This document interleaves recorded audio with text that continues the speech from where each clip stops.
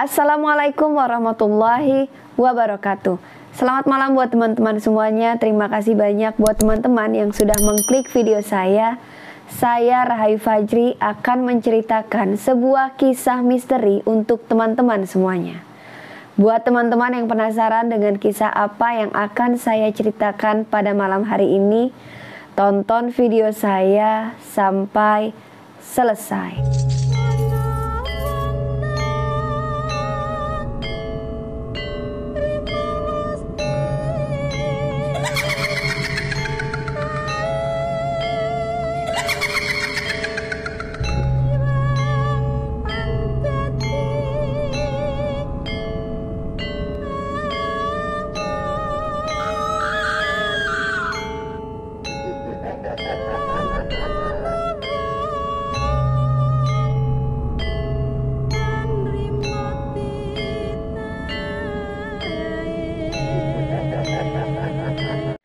Pada malam hari ini kembali saya akan menceritakan sebuah kisah yang saya dapat dari salah satu teman subscriber saya. Kisah yang sangat tragis dikirimkan oleh salah satu teman subscriber saya. Kisah ini terjadi pada tahun 2000-an dan terjadi di Jawa Barat. Jadi ada satu keluarga yang awalnya itu keluarga yang sangat bahagia, keluarga harmonis, namun terpecahkan oleh datangnya orang ketiga. Keluarga tersebut tinggal di kawasan yang sangat elit di dataran tinggi di daerah tersebut. Keluarga tersebut memiliki anak yang bernama Murpi dan Gendis. Ibunya bernama Sarah dan ayahnya bernama Pak Suripto. Kejadian tersebut bermula pada saat Ibu Sarah dan Pak Suripto ini bertengkar hebat. Dikarenakan Pak Suripto ini ketahuan memiliki wanita idaman lain yang bernama Mayang. Mayang ini adalah seorang janda yang memiliki satu orang anak. Pada suatu ketika, jadi si Mayang ini nekat banget datang ke rumah Ibu Sarah untuk menemui Ibu Sarah. Jadi dengan rasa percaya diri, Mayang ini sang pelakor datang ke rumah Ibu Sarah menemui Ibu Sarah untuk menyerah atau menyuruh Ibu Mayang ini berpisah dengan Pak Suripto. Pada saat itu terjadi pertengkaran yang lumayan besar. Ibu Sarah ini merasa harga dirinya direndahkan, ya diinjak-injak, akhirnya menyuruh Mayang ini untuk pergi dari rumahnya. Ketika Mayang pulang dan pada malam harinya pada saat Pak Suripto ini sampai di rumah, Ibu Sarah ini langsung menanyakan ya kehadiran Mayang yang datang ke rumahnya. Apa maksudnya? Kenapa Mayang ini sampai nekat untuk menemui dirinya dan ingin berpisah gitu, menyuruh Ibu Sarah dan Pak Suripto ini berpisah. Nah, di sini Pak Suripto ini ternyata lebih memilih Mayang ketimbang istri dan anak-anaknya. Jadi terjadilah pertengkaran yang lumayan besar ya, bukan lumayan besar sih, cukup besar, membuat emosi dari Pak Suripto ini juga tak tertahankan, memuncak, dan akhirnya Pak Suripto memilih untuk meninggalkan istri dan kedua anaknya. Dan melihat suaminya pergi dari rumah tersebut, Bu Sarah tidak menahan Pak Suripto. Karena apa? Karena di sini dia merasa dia benar, dia mempertahankan harga dirinya. Nah, melihat Pak Suripto pergi, Ibu Sarah yang kala itu melihat kedua anaknya juga ikut sedih, berusaha untuk menenangkan anaknya dan mengatakan kepada kedua anaknya bahwa suatu saat keadaan akan kembali seperti sedia kala. Sejak malam hari itu, jadi Pak Suripto ini sama sekali tidak kembali lagi ke rumahnya untuk menemui anak dan istrinya. Jangankan pulang ke rumah, untuk berkomunikasi saja beliau ini seperti memang sengaja ya memutus komunikasi antara Ibu Sarah dan dirinya. Ibu Sarah berusaha untuk tidak memperdulikan sikap dari Pak Suripto karena udah kepalang sakit hati ya, yang namanya perempuan melihat suaminya terang-terangan selingkuh dan selingkuhannya sampai nekat lagi datang ke rumahnya. Jadi karena udah sakit hati banget melihat suaminya pergi, ya udah Ibu Sarah ini berusaha untuk tegar dan berusaha untuk menjalani hari-hari ke depannya bersama anak-anaknya itu untuk lebih kuat lagi. Namun sepeninggalan Pak Suripto meninggalkan rumahnya, Ibu Sarah mulai merasakan ada kejadian-kejadian aneh di rumahnya. Kejadian pertama pada saat itu pagi-pagi sekali, pada saat langit masih gelap. Kejadian tersebut terjadi kepada Bagas, sang tukang kebun di rumah Ibu Sarah. Jadi kala itu Bagas ini sedang membersihkan halaman rumahnya sambil menyirami tanaman-tanaman milik Bu Sarah yang memang lumayan banyak jumlahnya. Dan pekarangan rumah mereka juga cukup luas, jadi membutuhkan waktu yang lumayan lama lah ya untuk Bagas ini membersihkan pekarangan rumah, menyirami tanaman seperti itu. Dan hal tersebut setiap hari ya dilakukan oleh Bagas sejak matahari ini belum terbit. Nah, jadi pada saat Bagas ini menyirami tanaman-tanaman milik Bu Sarah, dari kejauhan Bagas melihat ada sosok perempuan berambut panjang datang menghampiri Bagas dan melihat Bagas dari depan gerbang rumah Ibu Sarah. Bagas yang kala itu menyadari ada perempuan yang sedang memperhatikannya ya, dan memperhatikannya itu tepat di depan gerbang rumah milik Bu Sarah. Jadi Bagas ini langsung bergegas menghampiri perempuan tersebut, lalu bertanya, "Maaf teh, ada apa?" Dan sosok perempuan tersebut langsung berkata, "Pak, tanamannya bagus-bagus ya," sambil menyodorkan kantong plastik ya. Jadi ada kantong plastik yang berisikan pupuk di dalamnya. Nah, Pak Bagas yang melihat perempuan itu memberikan kantong plastik hitam yang katanya berisikan pupuk, langsung terdiam dan menanyakan, "Maaf, ini apa ya teh?"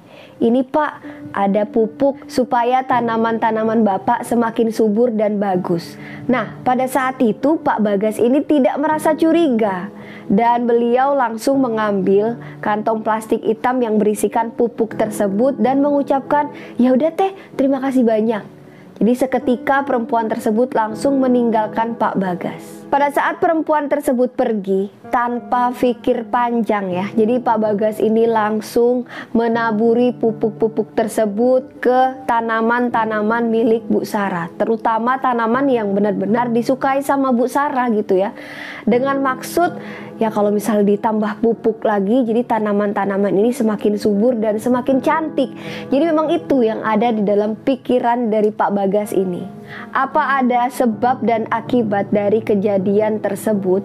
Keesokan harinya, nasi yang dimasak oleh pembantu dari Ibu Sarah ini tiba-tiba basi. Di sini kita sebut saja nama pembantu tersebut adalah Mbak Inem.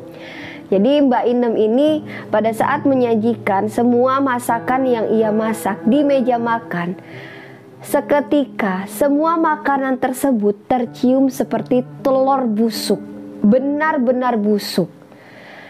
Dan semua anggota keluarga yang pada saat itu yang tadinya sedang lapar-laparnya gitu ya, ingin makan, melihat semua masakan yang dimasak atau dihidangkan oleh Mbak Inem ini busuk ya, tercium seperti telur busuk. Semua yang berada di meja makan tersebut hilang selera makannya. Di sini Mbak Inem merasa sangat bersalah. Nah, jadi karena pada saat itu beliau ini sangat yakin apa yang sudah dimasaknya itu adalah dari bahan-bahan yang seperti biasa gitu ya, dari bahan-bahan yang fresh. Jadi dia merasa sangat bersalah dan merasa bingung gitu, apa yang sebenarnya terjadi. Nggak biasanya beliau ini masak, semua masakannya itu tercium bau busuk. Dan kejadian tersebut berulang setiap harinya. Jadi semua masakan ya yang dimasak oleh Mbak Inem ini pasti basi, bau telur busuk. Entah itu nasi, entah itu lauk, apapun itu ya, yang dimasak oleh Mbak Inem ini pasti nggak ada yang bisa dimakan. Akhirnya di sini Ibu Sarah merasa sangat penasaran dan beliau langsung turun tangan ya, langsung turun melihat bahan-bahan makanan apakah yang dimasak oleh Mbak Inem ini bahan makanannya itu masih bagus atau tidak gitu.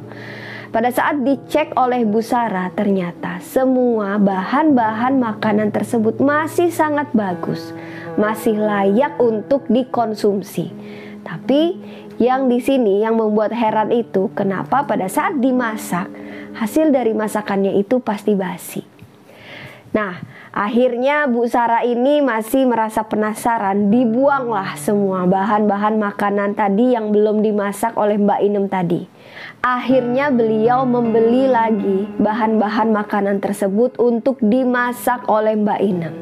Hasilnya tetap sama.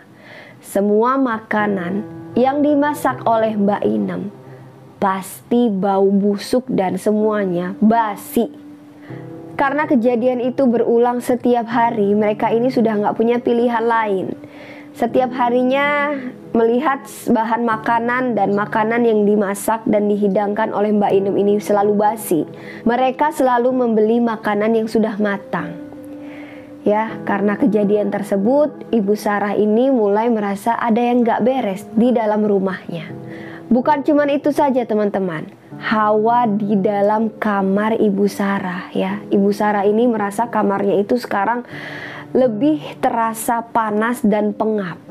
Yang tadinya ya di daerah tersebut kan daerah dingin ya, tetapi beliau merasa sangat kepanasan ya. Kadang seharian itu ganti baju bisa sampai berkali-kali. Bukan cuma Ibu Sarah saja ya yang merasakan gerah panas di dalam rumahnya atau di dalam kamarnya. Ternyata anaknya Murpi yang berusia 16 tahun ini tadi juga merasakan hal serupa. Jadi pada malam hari ya, Murpi ini merasa sangat pengap di dalam kamarnya. Akhirnya Murpi memutuskan untuk membuka pintu kamarnya. Berharap ada angin yang masuk ke dalam kamarnya supaya beliau ini bisa tidur lebih nyenyak. Pada saat Murpi membuka pintu kamarnya, tiba-tiba Murpi ini melihat ada sosok perempuan yang menyerupai ibunya, tepat berdiri di depan pintu kamarnya. Di sini Murpi masih menganggap perempuan itu adalah ibunya karena memang benar-benar mirip seperti ibunya. Namun yang membedakan dan membuat Murpi ini seperti kok beda, pada saat Murpi ini ya menegur ibunya, sosok perempuan tersebut tidak menjawab teguran dari Murpi. Perempuan tersebut tegak berdiri sambil menatap Murpi tanpa mengucapkan satu patah kata pun. Murpi yang merasa aneh ya dengan sikap ibunya tersebut, akhirnya semakin penasaran. Ditambah lagi pada saat Murpi ini menegur ibunya dan sosok perempuan tersebut langsung memalingkan badannya dan pergi meninggalkan Murpi.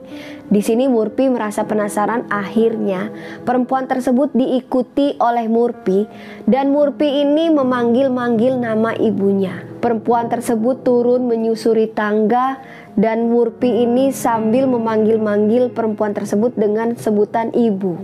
Berkali-kali Murpi ini memanggil ibunya tersebut sambil berteriak-teriak. Entah panggilan yang keberapa kali gitu ya, sambil berteriak, namun masih tetap tidak didengar oleh perempuan tersebut. Sampai pada saat ya Murpi ini dikagetkan oleh tepukan yang berasal dari pundaknya. Ternyata yang menepuk pundak Murpi adalah ibunya. Pada saat Murpi menoleh ke belakang, Murpi melihat ibunya menggunakan setelan piyama. Dan sosok perempuan yang menyerupai ibunya yang diikuti Murpi menggunakan baju serba putih. Murpi yang melihat ibunya berdiri di belakangnya ya langsung gelagapan. Tapi Murpi ini tidak menceritakan apa yang baru saja ia alami kepada ibunya. Dan akhirnya karena Murpi ini merasa takut, dia memutuskan untuk tidur bersama ibunya pada malam hari itu. Barulah keesokan harinya Murpi ini menceritakan semua kejadian yang ia alami pada malam hari itu kepada Ibu Sarah.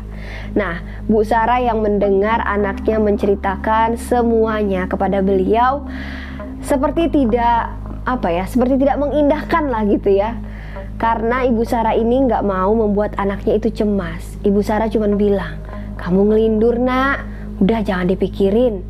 Gendis yang kala itu mendengar percakapan ibunya dan abangnya pun juga ikutan takut ya. Tapi Ibu Sarah ini berusaha untuk mengalihkan perhatian anaknya agar tidak takut pada saat itu. Nah, setelah kejadian tersebut, Murpi malah sakit, dan sakitnya itu terbilang lumayan aneh ya. Nggak ada angin, nggak ada hujan. Murpi ini panas tinggi hingga kejang-kejang. Dan melihat anaknya yang tiba-tiba demam tinggi sambil kejang-kejang, Ibu Sarah ini langsung panik dan membawanya ke rumah sakit pada malam hari itu juga. Pada saat sampai ke rumah sakit, dokter juga tidak mendiagnosa penyakit yang macam-macam. Dokter bilang sama Bu Sarah, "Gak apa-apa ini Bu, cuman demam tinggi biasa aja. Ini udah kita kasih obat dan sekarang panasnya juga sudah mulai turun, jadi anak ibu sudah boleh dibawa pulang ke rumah." Nah, setelah beberapa hari dari dibawanya Murpi ini ke rumah sakit, keadaan Murpi ini hampir setiap malam selalu demam tinggi disertai kejang-kejang. Yang membuat Ibu Sarah ini aneh, siang hari Murpi ini malah nggak sakit. Jadi sama sekali nggak panas badannya. Pada saat masuk waktu maghrib sampai tengah malam dan sampai subuh, badan Murpi ini langsung ya seketika panas tinggi dan disertai dengan kejang-kejang. Di sini Ibu Sarah melihat kondisi anaknya juga sudah mulai merasa khawatir gitu ya. Kok kenapa anaknya demam tinggi sambil kejang-kejang cuman malam hari gitu. Kalau siang hari malah sehat. Murpi sendiri pun karena di sini usianya juga sudah mulai beranjak remaja ya, 16 tahun, juga mengkhawatirkan dirinya. Dia juga takut apa yang sebenarnya terjadi sama dirinya. Sampai suatu ketika keheningan malam dipecahkan oleh teriakan dari Murpi.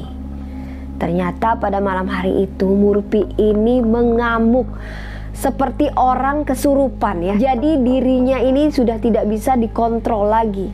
Benar-benar seperti orang kerasukan. Semua barang-barang yang ada di kamarnya dilempar sama Murpi. Jadi badannya ini sekujur tubuhnya terlihat sangat pucat. Urat-urat biru ya yang ada di kepala semuanya itu keluar. Bahkan matanya pun juga mendelik ke dalam, sampai bola mata yang hitam juga nggak kelihatan lagi. Bu Sarah yang mengetahui kondisi anaknya yang seperti itu ya, benar-benar gak tahu deh perasaannya seperti apa. Beliau hanya bisa merapalkan ya, mengucapkan ayat-ayat Al-Quran yang ia tahu. Pak Bagas yang pada saat itu juga dimintai bantuan oleh Bu Sarah juga berusaha menahan badan Murpi. Padahal badan Murpi itu juga gak kecil, tapi pada saat itu, pada malam hari itu tenaganya luar biasa. Dan Bu Inem berusaha untuk menenangkan Gendis supaya Gendis ini tidak keluar kamar melihat kejadian yang sedang terjadi. Pak Bagas pada saat itu berusaha sekuat tenaganya ya, menggendong Murpi dengan tenaganya yang besar ya pada malam hari itu, menggotongnya dan membawa ke rumah sakit bersama Ibu Sarah. Di dalam mobil, Murpi ini tidak lagi mengamuk. Namun badannya seketika langsung panas tinggi disertai dengan kejang-kejang seperti biasanya. Di perjalanan menuju ke rumah sakit, nyawa Murpi sudah tidak bisa tertolongkan. Murpi meninggal dunia menuju perjalanan ke rumah sakit. Murpi menjadi korban pertama yang meninggal secara tidak wajar akibat teror teluh ini. Kematian Murpi mengejutkan banyak pihak, terutama pihak keluarga dari Bu Sarah. Beliau ini pasti menanyakan ya, kenapa Murpi ini meninggal secara mendadak? Apa yang sebenarnya terjadi? Banyak yang gak menyangka Murpi ini meninggal di umurnya yang masih berusia 16 tahun dengan cara kalau bisa dibilang ya gak wajar gitu ya sakitnya itu. Tapi di sini Bu Sarah cuman mengatakan bahwa ya semua sudah takdir dari Allah yang harus memang beliau hadapi, beliau jalani. Nah, pada saat pemakaman Murpi, di pemakamannya Ibu Sarah ini dikejutkan dengan datangnya seorang laki-laki bersama seorang perempuan. Mereka adalah Pak Suripto dan Mayang. Suripto dengan rasa percaya diri tanpa bersalah datang bersama Mayang, lalu menemui Bu Sarah sambil mengatakan, "Belum 1 bulan aku meninggalkan kamu. Kamu sudah membunuh anakku." Kalimat yang diutarakan oleh Pak Suripto ini benar-benar menusuk hati Bu Sarah, benar-benar merasa sangat sakit hati mendengar ucapan dari Pak Suripto. Sakit hati Bu Sarah ini ditambah dengan kehadiran Mayang ya, pada saat itu berdiri angkuh di samping Pak Suripto sambil menyunggingkan senyum tipis dan mengatakan, "Aku turut berduka cita ya." Kedua orang tua Pak Suripto ini juga gak menyangka ya apa yang sudah dilakukan oleh anaknya kepada Bu Sarah. Kedua orang tua Pak Suripto ini berdiri di samping Bu Sarah, menguatkan Ibu Sarah, dan memang dari awal ya kejadian tersebut mendukung Ibu Sarah, bukan mendukung atau membenarkan apa yang sudah dilakukan oleh anaknya. Pada hari itu, hari yang benar-benar sangat membuat Ibu Sarah ini merasa hancur ya. Sekuat tenaga Ibu Sarah ini berusaha untuk menahan kesedihannya, menahan air matanya agar tidak tumpah. Tapi di hari itulah hari di mana Ibu Sarah merasa sangat-sangat hancur. Sebelum Bu Sarah meninggalkan pemakaman dari Murpi, tiba-tiba Mayang ini langsung menghampiri Bu Sarah dan berbisik mengatakan di telinga Ibu Sarah, "Sudah kubilang, kamu itu harusnya menyerah. Lalu mau siapa lagi yang mati?" Seketika Ibu Sarah ini langsung tersentak, pikirannya langsung mengarah ke Mayang ya. Jadi Mayang inilah sebenarnya dalang dari semua yang telah terjadi di rumahnya. Ibu Sarah langsung menatap tajam ke arah Mayang dan menguatkan kakinya untuk melangkah pergi meninggalkan Mayang. Sampai di rumah, Bu Sarah ini langsung mencurahkan isi hatinya, menceritakan apa yang terjadi pada saat pemakaman Murpi kepada pembantunya Inem. Jadi Mbak Inem ini adalah salah satu orang ya, saksi mata juga, saksi hidup juga dari kejadian ini. Karena apa? Karena Ibu Sarah ini sangat dekat dengan orang-orang yang bekerja di rumahnya. Mau itu Pak Bagas, mau itu Mbak Inem, mereka sudah seperti keluarga ya di dalam rumah tersebut. Tidak ada lagi batasan antara majikan dan pekerja di rumah tersebut. Ibu Sarah ini adalah orang yang sangat baik. Ibu Sarah memperlakukan para pekerjanya seperti bukan orang lain lagi, melainkan seperti saudaranya sendiri. Nah, jadi setelah pemakaman selesai, Ibu Sarah pulang ke rumah. Ibu Sarah ini langsung curhat kepada Mbak Inem, menceritakan bahwa Mayang pada saat pemakaman Murpi mengucapkan kalimat-kalimat yang membuat hatinya ini sangat hancur. Mendengar ucapan dari Ibu Sarah, ternyata Mbak Inem ini sudah curiga dari nasi yang basi, lauk pauk yang dimasaknya juga basi, sampai kematian Murpi. Semua itu adalah tanda-tanda bahwa Ibu Sarah ini sudah kena teluh atau santet. Mendengar ucapan dari Mbak Inem, seketika ya Ibu Sarah ini langsung terdiam, karena Bu Sarah ini benar-benar tidak terfikir sampai segitu kejamnya gitu ya. Dan beliau ini masih penasaran dengan apa yang diucapkan oleh Inem selanjutnya. Sepengetahuan Inem apalagi nih yang Ibu Sarah nggak tahu.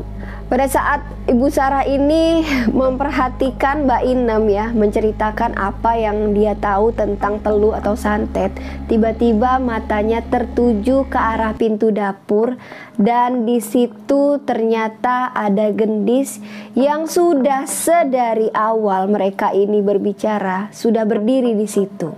Tandanya berarti gendis ini sudah mendengarkan percakapan antara Mbak Inem dan Bu Sarah.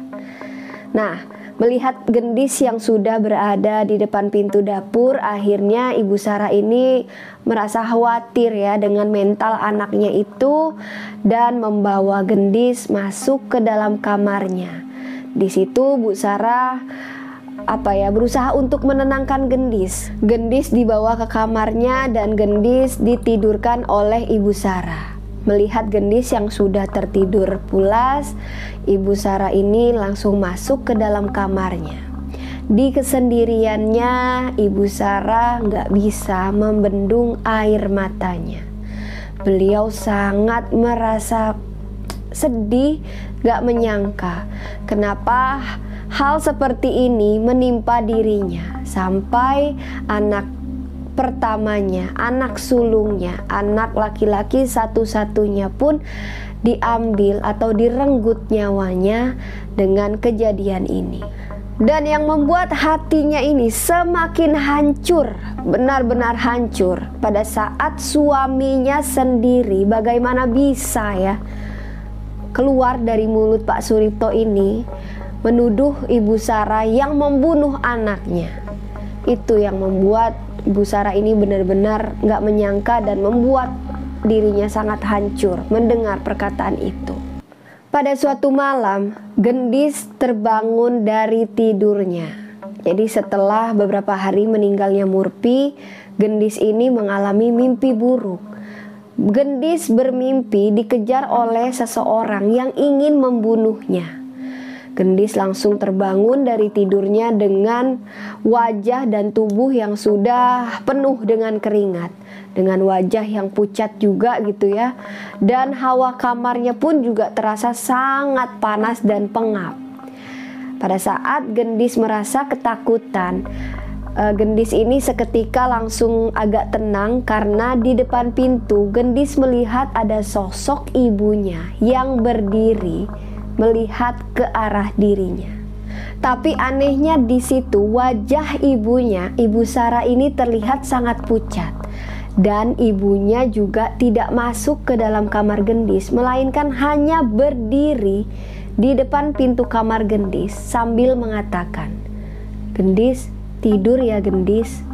Setelah mengatakan hal tersebut, sosok ibunya ini tadi langsung pergi meninggalkan kamar gendis. Melihat ibunya yang pergi meninggalkannya pada saat itu, gendis ini merasa sangat penasaran. Akhirnya, gendis mengikuti sosok yang menyerupai ibunya itu. Sarah berjalan menyeret di lorong atas sambil bersenandung. Kemudian ke bawah menuju ke lantai bawah. Gendis yang kala itu penasaran ya kemana ibunya ini mau pergi, terus membuntuti Ibu Sarah yang berjalan sambil bersenandung. Namun pada saat sampai di lantai bawah, gendis ini kehilangan sosok ibunya. Dia bingung kenapa pada saat di bawah sosok ibunya malah gak ada. Dan ketika itu, gendis ini dikagetkan dengan suara ketukan benda yang sangat keras yang bersumber dari arah dapur.